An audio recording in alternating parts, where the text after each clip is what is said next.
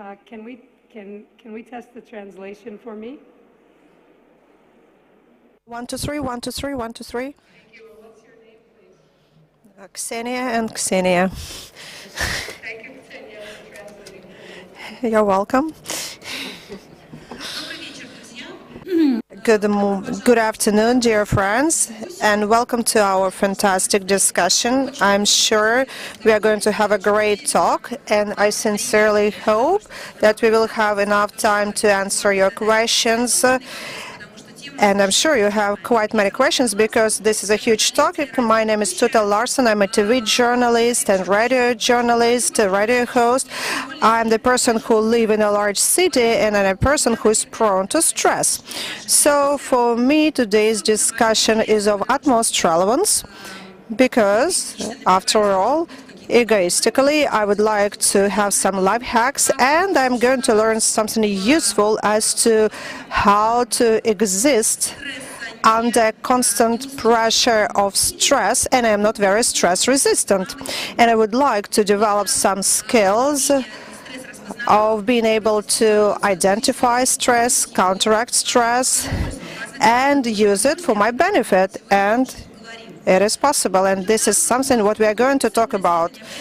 According to the Center of Studying Public Opinion, the share of Russians that suffer from stress has increased from 3 to 8% over the past 9 years. I believe it is a ridiculous figure because if I think of people in my environment, if I think of my colleagues, friends, or relatives, the percentage of people that suffer from stress is 20 times more.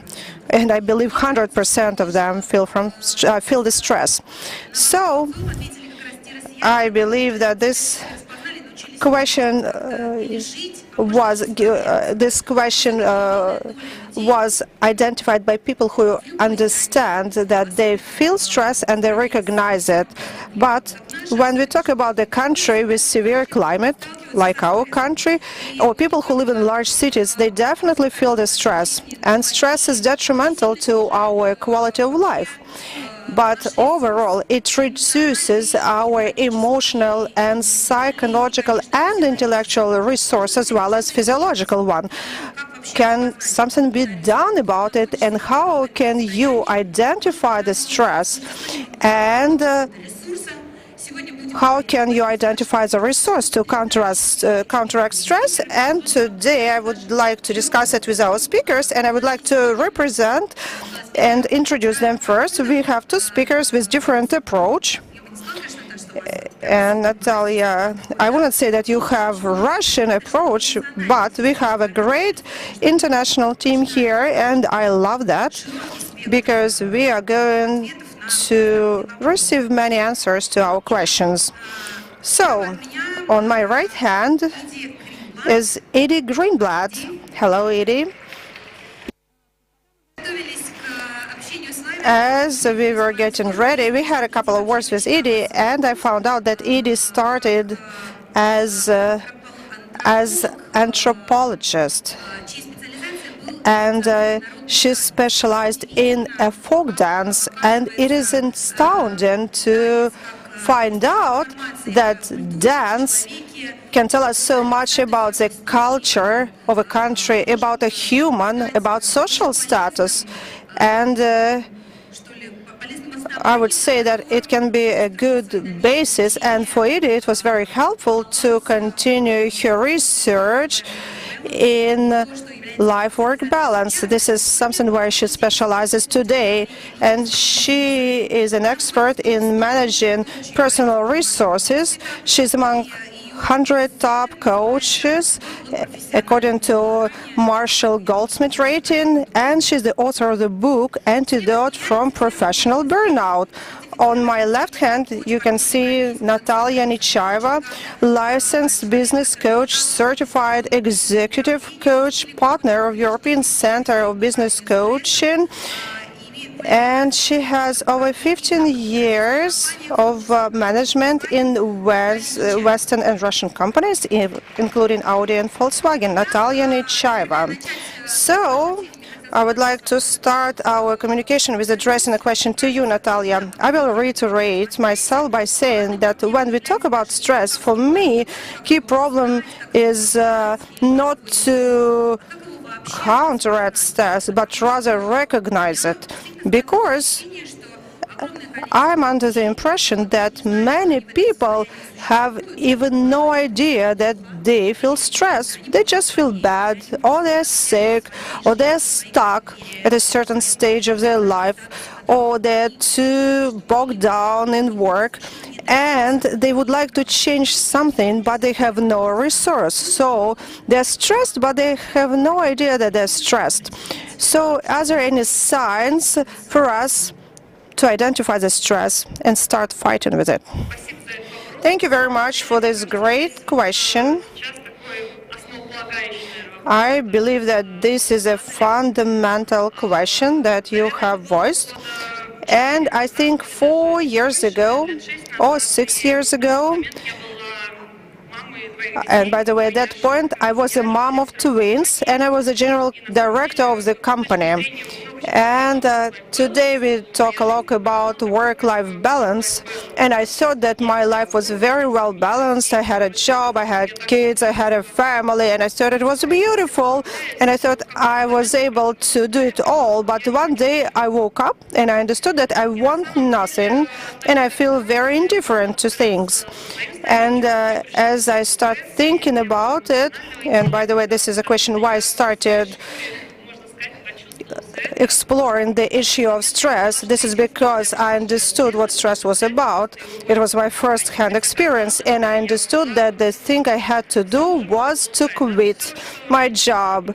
And if you looked at the opportunities that I had, it was all great, but internally I had no resource, no potential, and as I started looking at my condition, I understood that I was terribly stressed, and this is from where my current story started, because I was able to identify the problem, and now I help others to identify the same problem.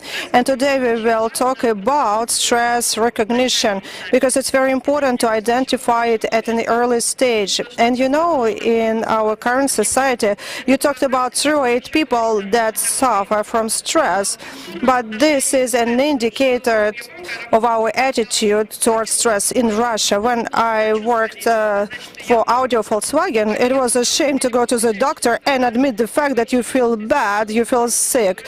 People looked at you as a person who derailed, and it was not a common thing to talk about it openly. So this certainly can cause some chronic conditions, something what cannot be reversed. Yes, absolutely. Or very often people tell you, pull yourself together, what stress are you talking about? We have our goals, we need to move forward. So today we have a super short talk, but therefore I would like to talk about the most important things related to stress.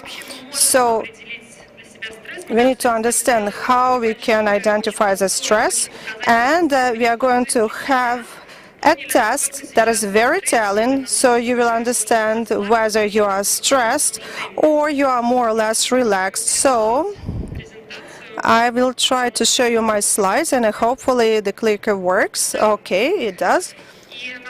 So, talking about our body functioning. When we talk about stress, we think we talk about something negative. And if I now ask you to raise hands if you believe that in over past weeks you felt stress. Look, this is talking about statistics, whether it's right or wrong. And do any of you know what to do in order to get rid of the stress efficiently? For instance, you understand that you are stressed and you have an algorithm, a solution to avoid a stressful situation without causing any damage to your health. Okay, so when I ask these questions, I address them to the audience, the picture is pretty much the same. So we need to understand how our body functions under stress. If you look at the slide, you will see we have two systems, sympathetic and parasympathetic systems. And when we feel stress, our sympathetic system gets engaged, and it helps us to get more active, to pull ourselves together, to pull all our resources together. And stress very often sounds like something very negative, and very often people ask me what I can do to fight with stress, but you should not fight with it per se, because our body functions in a way that when we find ourselves in a challenging situation, we should be able to pull ourselves together and provide a super result. Think of situations in your life when you would do something extraordinary, when you were able to conquer some heights in professional life or sport or whatever. It always would mean that you would have to exit your comfort zone. So it was always related to stress. So if we think about the mechanism of stress, actually it is positive because it helps us to activate all our resources and help our potential to fulfill. Very often coaches tell you today, exit your comfort zone and fulfill your potential. Yes, after all, if you give a birth to a child, it's stress for you and for the father who is in the waiting room. Yeah, it's a good stress, but it's kind of positive stress because it stimulates you. Absolutely. If we had time, we could talk about good or bad stress, but if you talk about these two systems, the problem is that when subconsciously we understand that we are more efficient due to stress, we can do more, we start using this mechanism to the maximum. And our other system, because we understand that everything should be balanced, the other system, it defunctions, and you can understand whether you are stressed or not. Let's say if you wake up in the morning and you don't feel refreshed, it's a stress. Or let's say you get back from vacation and the following day they say, you know, I don't remember, I feel as tired as I felt before the vacation. So vacation gave you no rest, no relaxation. In that case, it is a sign that your parasympathetic system stopped functioning in a proper way. And today I would not want to tell you that you need to buy a ticket to Bali Island, a one-way ticket, go there and forget your way back. Of course, we want to get more from this life, we want to achieve new goals, conquer new heights, but how can you do it without damaging your health? You said that we don't have enough time to identify stress as good or bad, but we already understand that good stress can help us move forward while bad stress prevents you from certain things. So how can you differentiate between the types of stress? Yes, absolutely. Let me answer your question first, and let me show this slide, and then I will get back to the previous one. So look at the chart in front of you. You see a comfort zone. Very often it is referred to as a swamp because there you feel very positive, very quiet. There is no stress there, but we are not efficient there. And if we are not efficient, it's also a stress for us. At one point of my life, when I was pregnant, I had to lay down for 5 months. And you think, okay, this is the point when you can relax. But this was a high level of stress for me when I was forced to do nothing. And I never felt as stressed, even when I was very, very busy. So we have a stretch zone. This is when we stretch our capabilities and we are able to exit the comfort zone. and we are able to demonstrate our potential. We are able to climb up, but we are not damaging our health. But it's very important for us not to enter the panic zone. Think of a situation when you felt very stressed and your brain was dysfunctioning. You would make inefficient decisions, or you could not make any decisions, or you would do some stupid things.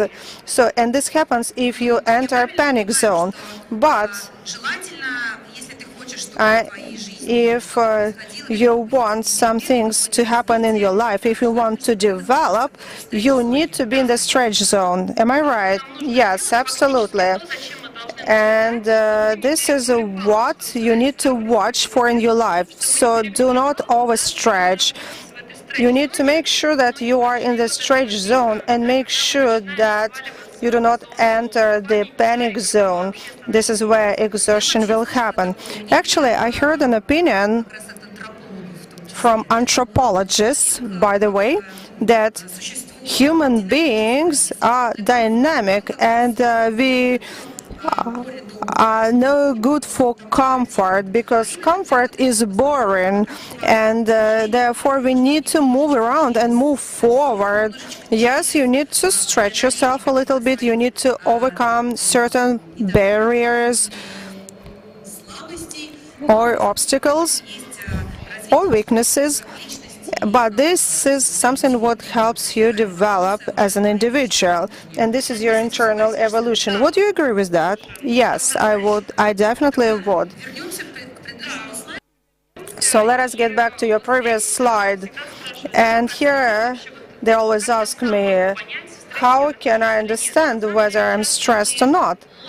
And very often we understand that we are very stressed when we have to take some drastic measures or when it is too late. So how can we identify the stress? The stress starts with the eyes. When we feel that our eyes are tired, this is already a sign that our stress starts accumulating. But very often we ignore this sign, we just wink and we move forward. Then our stress goes down to our shoulder level and back level, and we feel certain discomfort in back area, but we think it's a common thing, everybody feels it, I can get along with it as well. Then we do not listen to our body and our stress goes below, and we feel problems with digestive tract and we develop certain digestive issues, and this also is associated with a high level of stress. And even if we do not hear us, the next phase is the sleep disorders. This is a thing. This is a case when you wake up in the morning and you don't feel all right, or you do not feel rested after vacation. And the final stage of stress is the development of cardiovascular diseases and so on. But I understand that in Moscow or other large cities, it is a common thing to refer people that suffer from stress to pharmacists, and you can be prescribed with antidepressants or some sedative medicines. And I was under a situation when I felt very stressed, very tired, and I remember psychiatrists would tell me that it is a depression, it's time for you to take antidepressants. I don't feel happy about it, because I believe that we as human beings can withstand stress, and that is supported by your message, because stress can be a fuel for your motion, right? How can we help ourselves? Well, getting back to the chart that I have shown earlier, this one, I can tell you that if we are in stretch zone and we have exited it for a second, this is where we can help ourselves, where we still have control.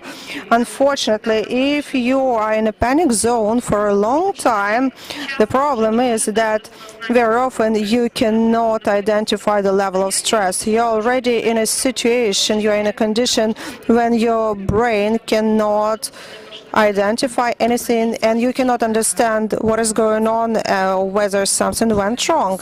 Are there any recipes that will allow you to stay in the stretch zone without going back or forth. Is it possible at all? Yes. If you have some time left, I will show you how to do it. There are some handout materials, and at the very end, if we have any time left, I hope we'll have some time left, I will show you some exercises. I work a lot with corporations, and I demonstrate very simple techniques or exercises. You don't have to go far away in order to recover. You need to do something on a daily basis, not once every 6 months or so. So you need to track your level of stress and get back to neutral zone in order to make sure that your parasympathetic system still works. Also, they say that stress is a disease of citizens of large cities. So once you go to live to the country, or if you spend enough time somewhere out of town, you will be able to counteract stress successfully. Is it true? And or your stress resistance does not depend on these factors? Very good question. Thank you. Actually, we can say that we are very progressive and we have our high technologies. We can say that our brain evolves very slowly. And if we look at life of previous generations, and when we talk about evolution, we are talking about evolution of the whole mankind and brain of mankind, not our individual evolution. And of course, people used to live in the country or in some small settlements, and actually brain is used to these conditions and believe that it is safe. And evolutionally, if you look at the brain, for it is stressful to stay in large cities, and it is a new reality for the brain from evolutionary standpoint. And if we counteract something new, stress mechanism gets activated. And you have to adjust to many things, like lots of different sounds. So our brain has not accumulated so much information, and all sounds are quite new for our brain, even if we lived in the large cities all our lives. So it is very important to switch from megapolis to the country, right? Yes, as you get back to nature, you feel immediately relaxed, and you feel that this is a natural environment for you, and you relax naturally. You said that you can identify the stress by tracking certain physiological signs or signals that our body sends. Is there any questionnaire I can use, or any checklist that will help me to identify the stress? Maybe I should answer certain questions. Yes, absolutely. Why don't we do this thing right now? And I'm a licensed coach over German methodology, #1 in Germany, and many employees use it, and insurance companies in Germany use this methodology. It's a must for employees of large companies. Are you ready to test yourselves right now? Would you like to test your level of stress? If you have paper and pen, it's good, or you can use your smartphone. Use any device you have. So I will give you 10 seconds to take a gadget or take a piece of paper and pen. Does anyone need paper? Are you ready? Are you talking about handout materials? No, we're just talking about a blank piece of paper. Okay. We don't need handout materials. We just need a piece of paper. Or you can make notes in your cell phone, all right? Okay. And identifying stress as part of this methodology, the test is very simple. and it is backed up by medical studies. They would measure blood pressure and many other biochemical indicators. So, and before we start doing that, I can see that we identify different kinds of stress: physical, professional, social stress.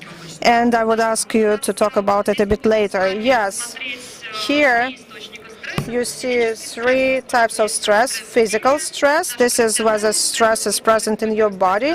Professional stress, whether you experience professional stress, or social stress, and that is related to your communication with other people.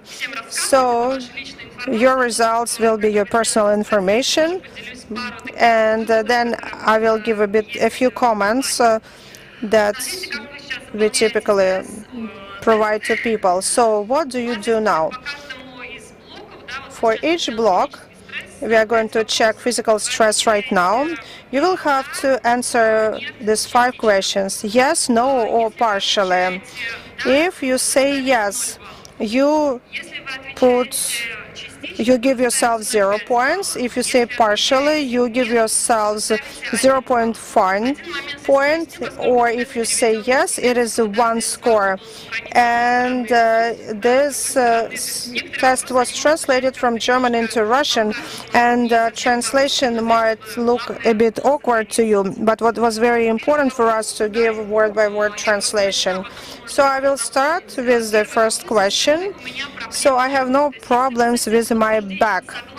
If you say yes, then your score is 1. If partially, it's 0.5. And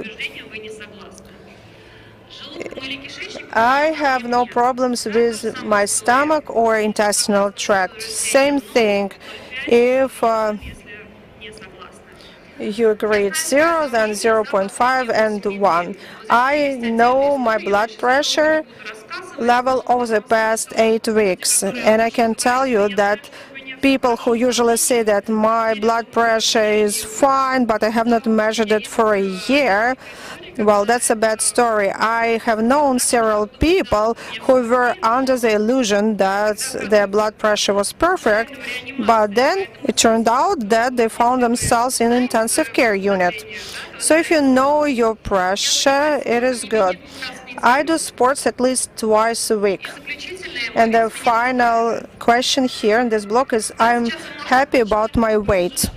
So now you can do your calculation and you can calculate your level of stress, physical stress, then professional stress. Professionally, I feel happy.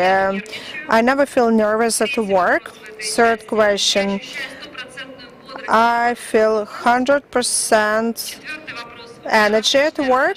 I have great relations with my colleagues, and I feel I have no problems doing my work.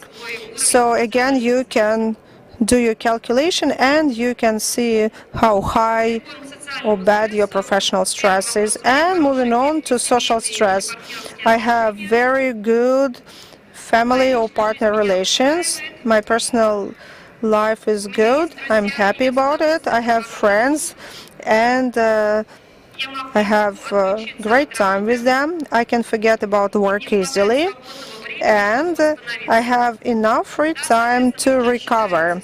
So again, do your calculation regarding social stress and then put all the scores together. Are you all finished, or any of you need more time? Raise your hand if you need more time to finish.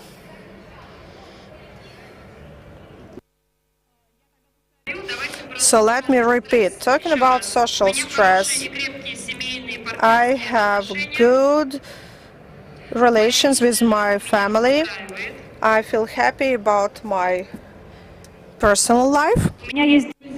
I have friends and I enjoy my free time that we spend together with them. I can easily disconnect from work, and I have enough free time to restore myself. So Do you have enough time? Everything is clear? The second part about professional stress. Okay, I will read out once again. So, professionally, I am okay with everything. The second question, I am never nervous at work, and I can work. I feel I have enough energy. Question number 4, I have great relations with my colleague. Question number 5, I can easily cope with tasks. That's it. And now you calculate each type of stress, the total number of scores. How can we understand where we are? What's our status? And if it's less than 5, then it's okay. And this is the stress which doesn't have detrimental impact on you, so that can get to some chronic diseases. For all of the 3. And the total number of points for each type of stress. If it's between 7 and 5, then you need to pay attention to this stress. If it's more than 7, then the stress level is high. And that's important. And at the bottom it says that if your stress level exceeds 8.5, that type of stress has a detrimental effect on your health. And there were questions where I can manage that and where I lose the control. Unfortunately, when I do trainings in even Western companies where they take care of the employees with good relations, and there are employees with stress level of 10, 11, and so on. And what you need to send them to a psychotherapist, and they need some medication. Yes, and it's very important to do such tests in your family or at work. When employees comes to work, he has a fever or a virus. What do we do with this person? We tell him everybody can be infected, go home. But when somebody in the company or in your family or among your friends experiences high level of stress, then we have the mirror neurons, which were recently discovered. So these neurons are like detectors of your mobile phone for Wi-Fi, and they do the same, your mirror neurons. And when you are near a person with high level of stress, then automatically, even if you were recently back from Bali after 4 months of vacation there, if a person next to you has a high level of stress, your stress level will automatically increase. That's why it's very important to monitor your own stress and that of your people surrounding you. And then I use this metaphor. If you take a fresh cucumber and also canned cucumbers, and we put the fresh cucumber into the together with the salted cucumbers, the gherkins. So, and the same happens with you. At first, this is your responsibility, and then that's your responsibility towards our family members, our spouses, children, and parents. And that's very important. What the scientists turned out: if we experience stress, it impacts not only our life, but it becomes part of your DNA, and it is inherited by next generations. It becomes the problem of your family. And they ask me, maybe you have a high tendency to stress. Yes, even if we remember the Great Patriotic War, which is Second World War for the rest of the countries, and the stress that our country experienced, that stress is part of our DNA. Only after 8 generations it will be eliminated from the DNA of our people. And this severe stress requires 8 generations. Raise your hands, please, if you had 5 or less than 5 in this test. Well, I cannot boast over such a number. And coming back to the question, how many people experience high level of stress? And I would like to continue our conversation by talking to Edie. Based on the results of the test, that's clear that 10% of the audience is in the green zone, so to say. And given the fact that Natalia is talking about historical genetic stress, that we as a nation, as we were born in a country which had lots of historical stresses, social catastrophes and wars, you know, I have a sad feeling, you know, and work-life balance doesn't exist at all, you know. I almost do not believe that. Is the mic on? No. You have that I'm one. going to get up and move around.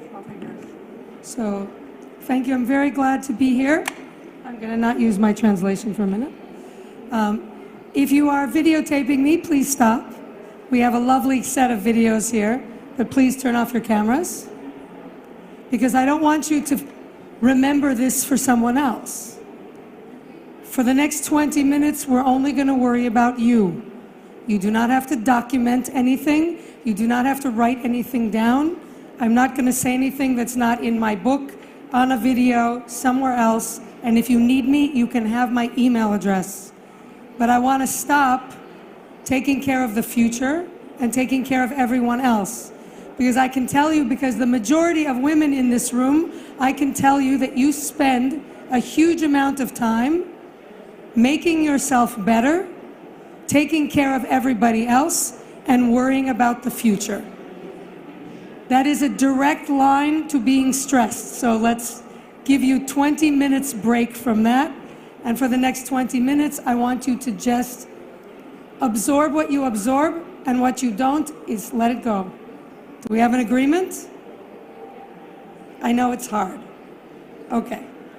So I don't want to talk to slides, but I will throw a few slides up to make your lives easier, especially for people who are translating. I can tell you my story very quickly of how I came to care about work-life balance. The lady I want to talk about, her name is Coca. Coca worked for an insurance company and was an immigrant in the US. Her family had left Europe after they were in the war, and they suffered greatly, and they slowly got to the US. She got a full tuition scholarship to a small university in the center of America, and then went to Chicago to work at an insurance company. It was at the time when the insurance company was changing all their technology. So she had to also study computer programming and analysis. We're talking about punch cards, stacks of punch cards, to learn how to use computers. So in addition to her regular job, she needed to also study computer work for the company. Suddenly, she received a call from the immigration lawyer saying that her immigration status was there was a change in the government, and there had been an immigration problem, and that if she didn't go back to school full-time, she would be deported. But because she was a displaced person after the war, there was no country to send her back to.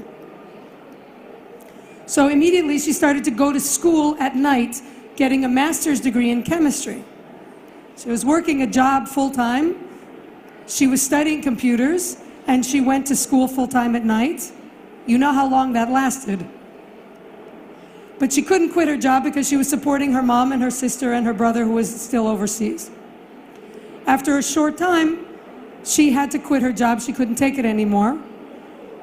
And for 40 years, she continued to suffer from the results of that period of time, because her career was destroyed because she had to leave, and her health was harmed because after living on 2 or 3 hours of sleep for a period of time, she lost the capacity to sleep. So she was trying to live on 2 or 3 hours of sleep. She ended up with chronic health problems. She ended up struggling, and she did an amazing job, and she had a great attitude. So it wasn't about framing. It wasn't about changing her narrative that she's not a victim. She simply suffered, and she didn't have to. if the company she was working for understood that people have a finite amount of resilience, they would have simply changed her schedule for a few months. They would have let her come in and work on Saturday for half a day so she could sleep. The company could have done something if they were only aware. Coco was my mom, and she suffered, and I watched and helped her survive the aftermath of bad decisions that could have been prevented. So I decided I'm going to stop that. So I'm here to help you learn what you need to be resilient so that you can help other people, so that you can make good decisions. Because when you do that, you help me do what I have to do, which is help heal the world. And that's what you do. So thank you for being in the room so that we can help you learn a little bit to take care of yourselves. So now I will stop crying very shortly. Okay? She told me I had to tell you my story. You told me. Okay. Sorry. No, it's okay. Okay. So I started my career as a dance anthropologist, and I actually realized that I had a solution to resilience and work-life balance and culture. And so a friend of mine talked me into applying to grad school, and this ended up being my dissertation work at the Harvard Business School in the joint PhD in organizational behavior and in the psychology and sociology department. The work is in my book, which there's used copies of it floating around on Amazon. Get one for cheap. But I'll give you the core very quickly. Though nobody understood what I was talking about 15 years ago now, I was selected as the #1 resilience coach in the world by the Thinkers 50. I'm part of the Goldsmith 100. In short, the world is ready to hear this. And so now you can listen, and it's a little bit safer to try it, okay? So we don't have time to do a study on how much resilience you have right now. But suffice it to say that if I had you, who was in my earlier workshop today? Anybody?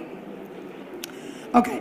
If I have you get up and do a few things for about 4 minutes, I can change your energy levels right now. I can change your physical energy. I can change your mental energy. I can change your cognitive, psychological energy. I can change it all, and I can do it in 4 minutes. And if I can do that in 4 minutes, for most of you, it means there's a lot that you can do to help yourself when you come home from work and you say, I'm finished. I am too stressed to go to the gym. I am too tired to go meet with my friends. If I can change it in 4 minutes, it means you can do something, and this is called personal resource management, and it's how you take care of yourselves, how you can take care of yourselves. Okay? All right. Very quickly, those of you who like to read, here's something to read. All this says is, why should you care about personal resilience? Why does taking care of your energy and preventing burnout matter? Okay, after this, you put your phones away because you're taking care of you. You know the answer. It affects your work. It affects your family. It affects your safety. When you're driving on the road and you're tired, you're going to kill people. Taking care of your resilience, taking care of your health is not indulgence. This is personal responsibility. If you don't take care of yourself, someone else has to. My mother was depleted and hurt, and she lost the capacity to care for herself in many ways. I had to do it. It would have been much more efficient if she could do it. If you don't break, no one has to put you back together. Your job is to take care of yourself, because everybody and everything in your life benefits. And it's not as much fun as taking care of other people. You don't feel like a hero when you take care of yourself. Your neighbors don't tell you, oh, you're such a good wife, you're such a good husband, you're such a good parent. Nobody says that. You know, good for you, you went to yoga class. Nobody says that. Well, I do, but nobody else does. Okay? So one of the reasons we don't take care of ourselves is because we have a myth about work-life balance, okay? Here's what we have thought about for 60 years, and this is why we made very little progress. Work is depleting. It depletes our energy, our physical, our emotional, our psychological, our cognitive energy. Work is depleting. Non-work is restorative. If our goal is to be restored and resilient, what do we have to do? Let's have a volunteer. What do we do? Yes. Take care about ourselves and take vacation. Take vacation. What else? If this is the case, how do you have balance? How do you have energy? Take vacation. What else? Гулять больше. Walk more. Do sports. And walk more. Okay. But you have to work. More sleep. More sleep, but you still have to work. I have to work. Meditation. Okay, meditate. How, to get balance, you'd have to do as little work as possible, right? Love what you do. Love what you do. Good, everybody go home. We have the answer. Love what you do. Yes? Maybe to eat something sweet. Okay. Okay. What if we Try just something do simple. what we love? Okay. I love folding towels. For 5 minutes. Yeah, but that doesn't pay the rent. Okay. Listen to music. Okay. So, what's wrong with this model? What's wrong with it? You're very smart. Why doesn't this model work? Because if you're an adult, it's irresponsible not to work, and it's actually not normal to live without work if you want to be an adult person. Я думаю, что мне кажется, что здесь ненормально. They have translation. Not everybody. Мне кажется, что если ты хочешь быть зрелым и взрослым человеком, то твое идеальное время не может быть вне работы просто. Okay. What else? Work is depleting, non-work is restorative. What's wrong with that? Does anyone here have children? Children are always energizing, right? Okay. Anybody have in-laws? Anybody have parts of work that are really restorative? Okay. So the model's wrong. So that's why we haven't solved it. The truth is that work can be restorative or depleting. And how energizing things are has nothing to do with whether you call it work or family or vacations aren't always, you said vacation, I want to fix that. Restorative vacations are restorative. But vacations themselves, who's ever been on a bad vacation that's depleting? Yeah, look around, half the world. Yeah, okay? So we need to get the conditions and the behaviors right. Okay, so this is the reality. Work and non-work are on one continuum. And restoration and depletion are on another continuum. So if you want to optimize your resilience and minimize your stress, your bad stress, your distress, if you want to keep your numbers where they belong in the stress range, then you want to optimize what restores you. Does that make sense? Okay, so we don't have time to give you the entire story of how to do this, but let's give you just a little glimpse of it. There we go, okay.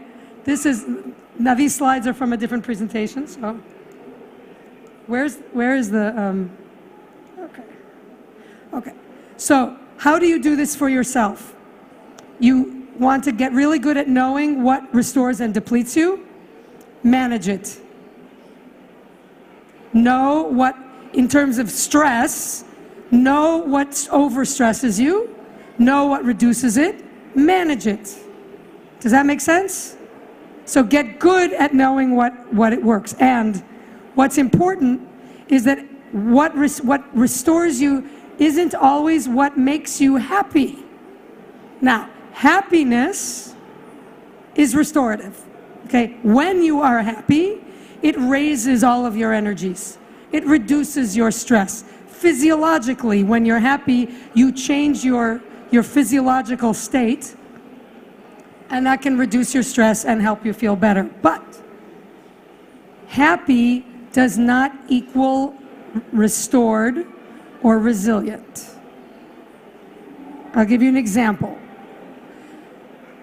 I run a marathon, and I haven't trained for it.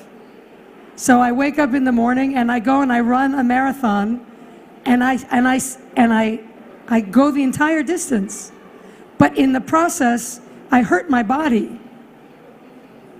In the process, I make my family worry because when I'm finished, they have to take care of me for 3 days. When I finished the marathon, I was happy. I finished, I'm happy. But I have depleted my personal resources. I have depleted my physical resources. I have depleted my emotional resources.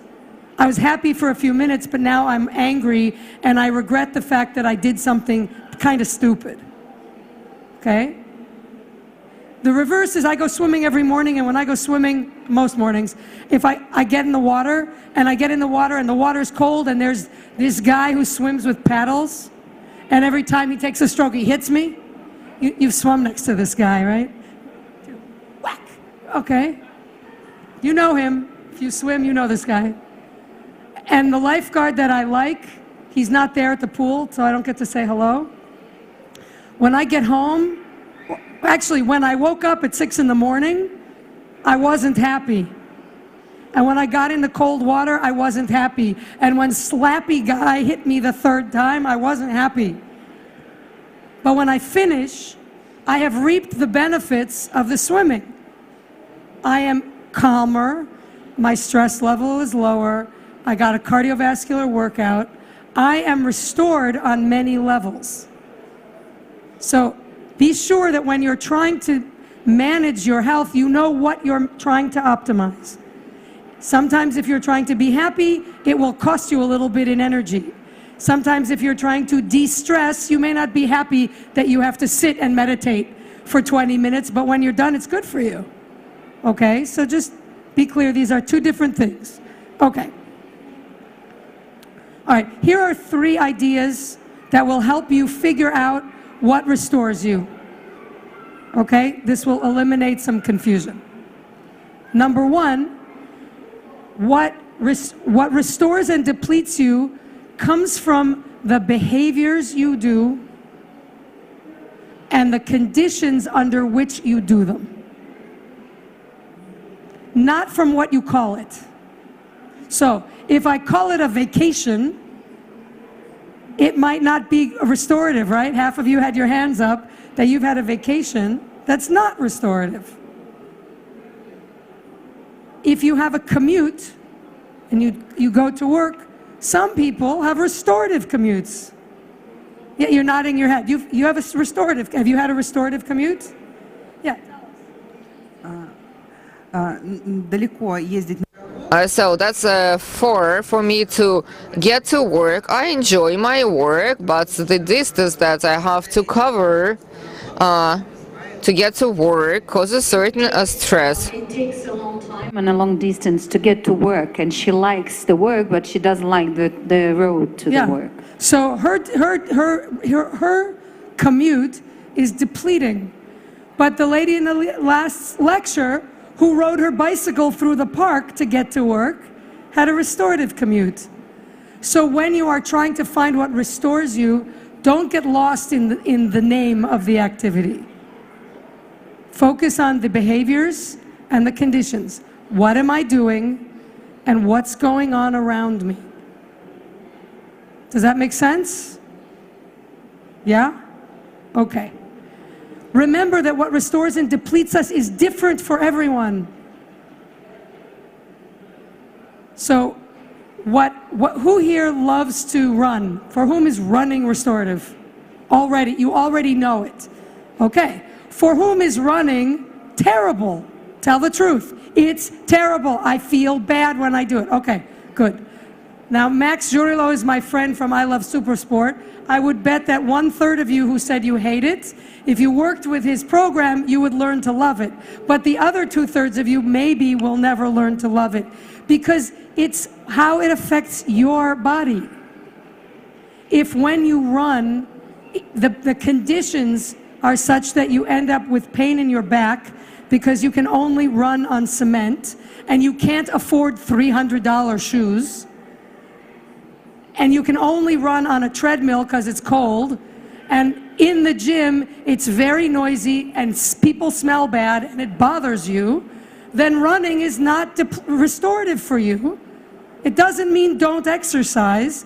It means find the exercise that is restorative for you under the behaviors and conditions that work for you. I need to be warm. Other people need to be cold. I need to, right? We all have different needs. Spend time figuring out what you need. Does this make sense? Okay. So we are different. So when your best friend runs up to you and says, you need to go on vacation in Bali, and you itch from the sand and you're allergic to the sun and it's very difficult for you in a country you don't speak the language, don't go there. Go to the Black Sea where you could speak your language and the sand's not going to, right? Like, this is just about accepting that we're different, and that's good. Now, they also change over time. So is there anyone who can think of something that used to be restorative for them and has become depleting? Something that used to be restorative and is now depleting, or something that used to be depleting and has become restorative?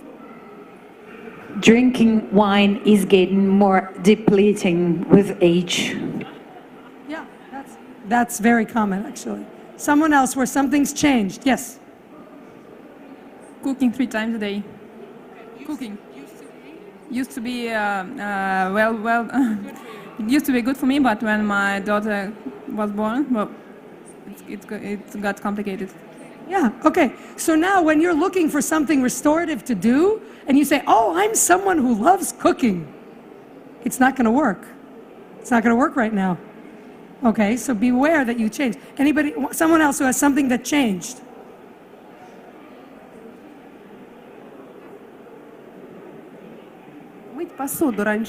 I used to love washing the dishes and not anymore. I don't like it anymore. And that's okay. Okay, now, doesn't mean don't do the dishes. It means know that it's depleting, or change the conditions under which you do it. Okay, so if you have a task that for you is depleting, you want to see what are the conditions under which you do it, and can you change that? For example, I hate doing dishes. I thought everyone hated doing dishes. Right, she loves it. You can come to my house. But I learned, I decided I would analyze what is it that disturbs me? What are the exact conditions under which doing dishes bothers me? And I figured it out. I hate the feel of grease. And it's not in my head. It's in my nervous system. Okay, so I make sure that there are no dishes that get cold and greasy. I also used to think it's a waste of time. So I had a narrative in my head that said, this is a waste of time. So that narrative only made me miserable. So I changed the narrative. The story I tell myself now is, I want the dishes done, and I can do them. I don't have to say I like it, okay? It needs to be a narrative you believe. And then I have a book on tape where I love the characters. They're like my friends. I've listened to 15 books about these characters. So when I do the dishes, I put the book on, and so I'm not alone. I hate being alone. I hate doing things I don't like alone. So they're with me. So I'm focused on them, my characters in the book, and I do the dishes. So I have changed the physical conditions, right? I get rid of the grease. I make sure the water's hot. I have changed my mental model. I now tell myself a new story. And I've changed my cognitive load. I'm not focusing on the dishes, I'm focusing on the story, so I'm distracted. Do you get the idea? You change the behaviors and conditions around things to make them as good as possible. And then, this will not advance the slides. Once you've, okay, I have 2 minutes, 3 minutes? Whatever. I have whatever I want, okay. We're gonna, okay, so we'll, 5 minutes, good, then we have time for this. Okay. If you take nothing else from this talk, nothing, I want you to understand that the most important thing you can do for yourself is sleep. And that she's smiling because there's no chance I'm gonna sleep more, right? No chance. Okay, so we are going to do an exercise, and here's why. All of the research on sleep of the last 2 or 3 or 4 years has come together to change what we know about sleeping. And in short, if you are sleeping less than 7 hours every night, you are compromising everything in your life. You are between 30 and 70% likely to, you will lose 30 or 40 or 50 or 60% of your ability to do the following things: have normal hormones, have children, fight disease, recognize faces, manage your emotions, learn and retain something, be able to communicate, do every kind of mechanical activity, make decisions. If you are sleeping less than 7 hours a night, you are walking through life legally drunk most of the time. And if you don't think that's important, send your children out driving legally drunk. Go for it. We have a narrative about sleep that we develop from childhood. And that narrative says, sleep is either a waste of time or the place you go to take from. It's the bank you take from when you run out of time for everything else. We steal it for homework. We steal it for, I'm going to watch a movie because I don't feel like I got any time for myself. So I deserve this. I'm going to stay up late because I can. I'm an adult. Because when you were a child, you couldn't. Okay, that narrative is your 4-year-old, your legitimate 4-year-old is saying that, but when it comes to something as important as sleep, you have to be the adult in the room. Okay, there's a great book I can refer you to. This is really important. For now, we're going to have you do an exercise. I'm going to give you 2 minutes. I want you to turn to the person next to you, and I want you guys to find 1 or 2 additional hours to sleep next week, not every night, not every night. Just find 1 or 2 hours for next week. Go.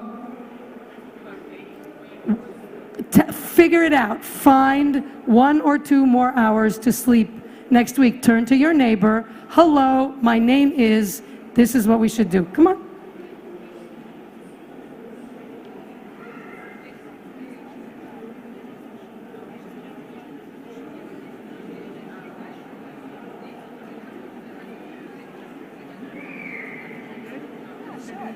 I'm going to show them how to sequence and run them.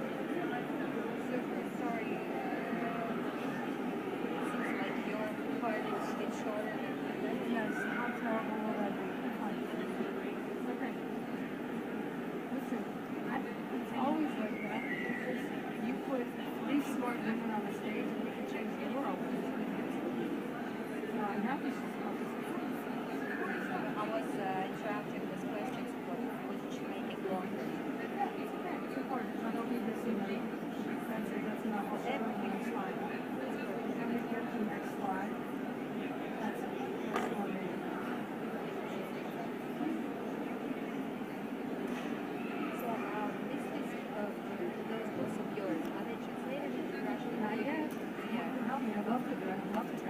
you. Can I move on?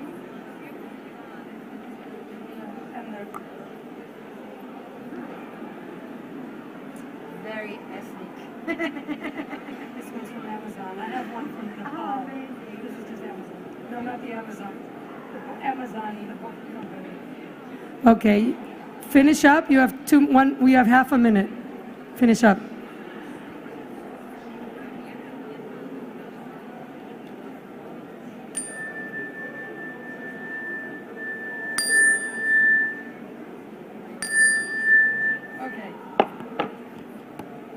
Okay.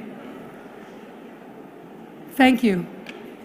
Did anyone fail to find 1 or 2 hours for next week? If you couldn't find 1 or 2, you couldn't find 1 or 2. Could not. You all found, yeah, you found it. We don't sleep mostly because we've decided it's not important. Okay? I can give you reams of data. You can either believe me or you can start studying things. Go to bed. If you forget anything, if you learn anything here, go to sleep. Turn off the technology and try to give yourself 8.5 hours of sleep opportunity.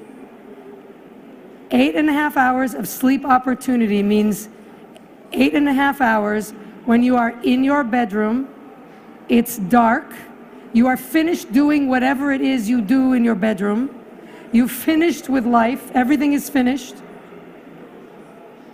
and all you have to do is close your eyes and go to bed.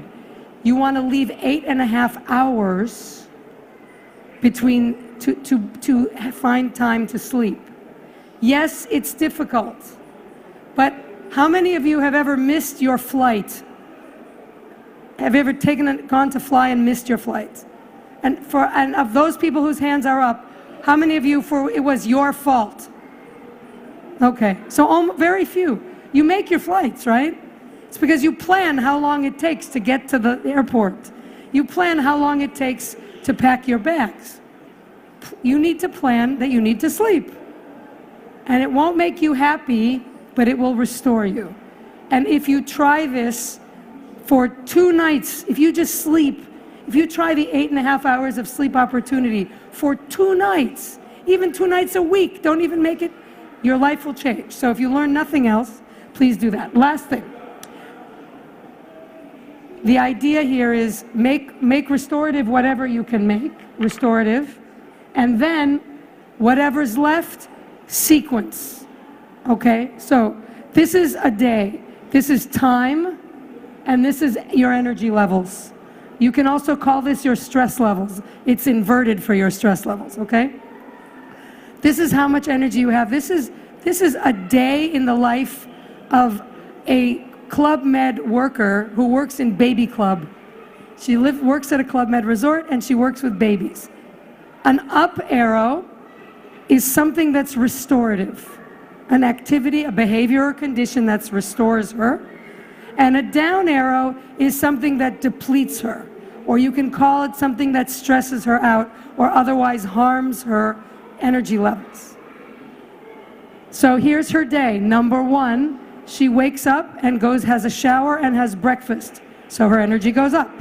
Then she works with the babies, energy comes down. Number 3, have lunch and dance by the pool. That's what they do at Club Med. 5, back to baby club. 6, have dinner, have drinks with the family members who think she's wonderful because they took care of their babies.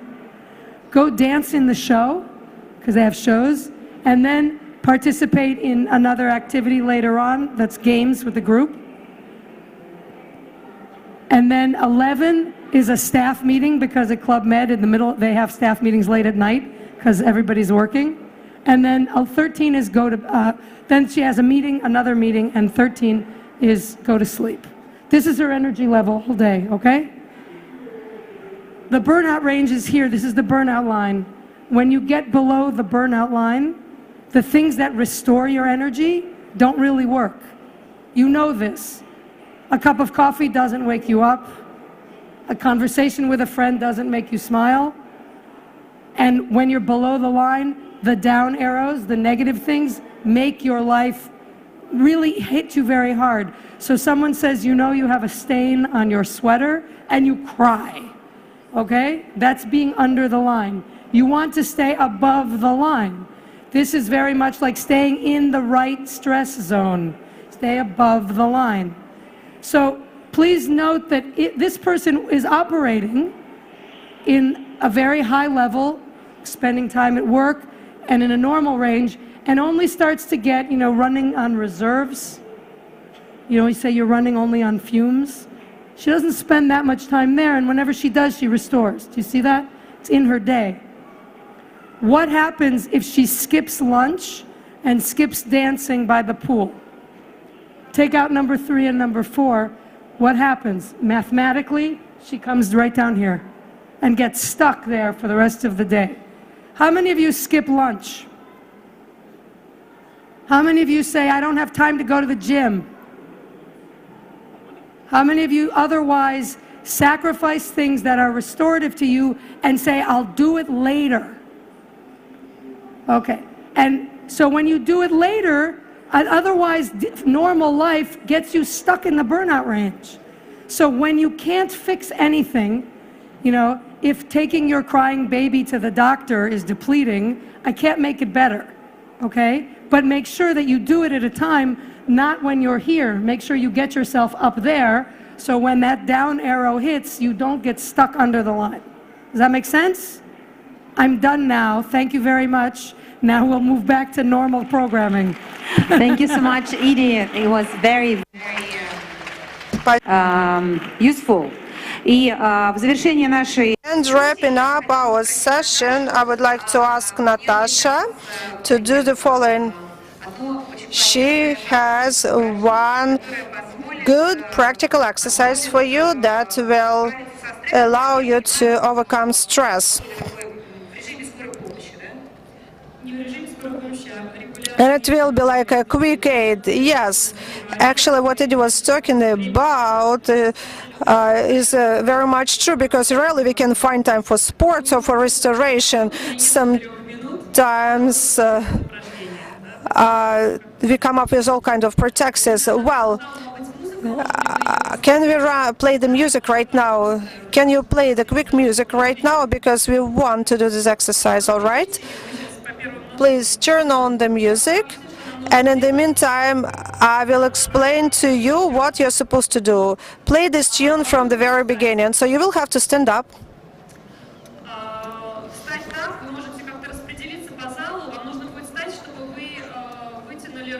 Stand up so you can stretch your hands sideward. Okay, you can even move here to make sure that you do not disturb or hit anyone.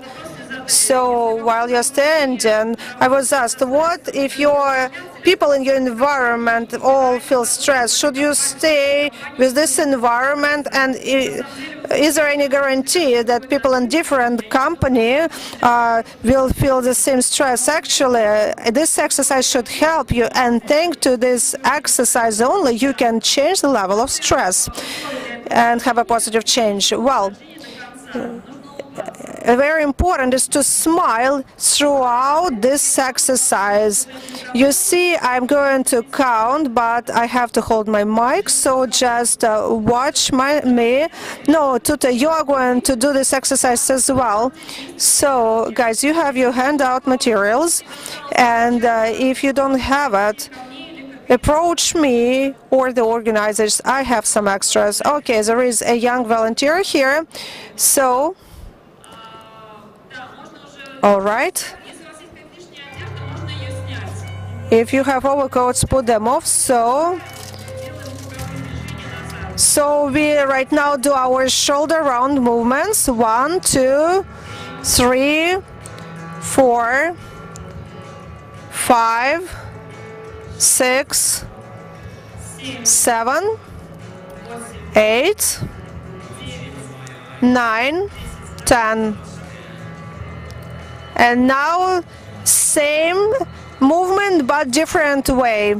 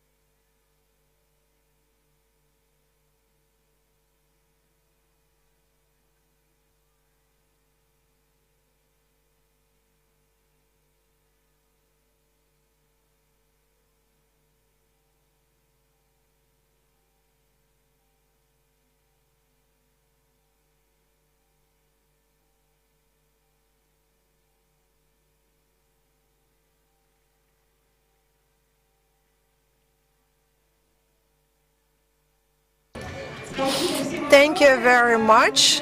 Thank you for joining us. Unfortunately, we have no time for questions. However, you can come and ask your personal questions. Idia said that you can address your questions by email. Write down somewhere your email, so if somebody wants to connect you, or just maybe some website.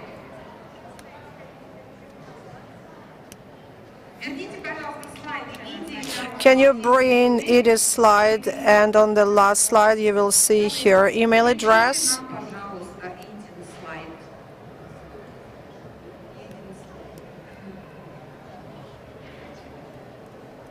It is going to be on in a minute.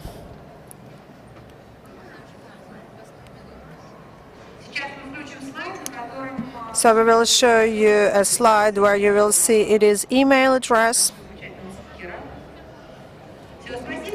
Thank you. Thank you very much. I think the main message we should take home is the fact that stress can be identified, it can be controlled, and it can be managed. And take care of yourself, a good care of yourself. Thank you.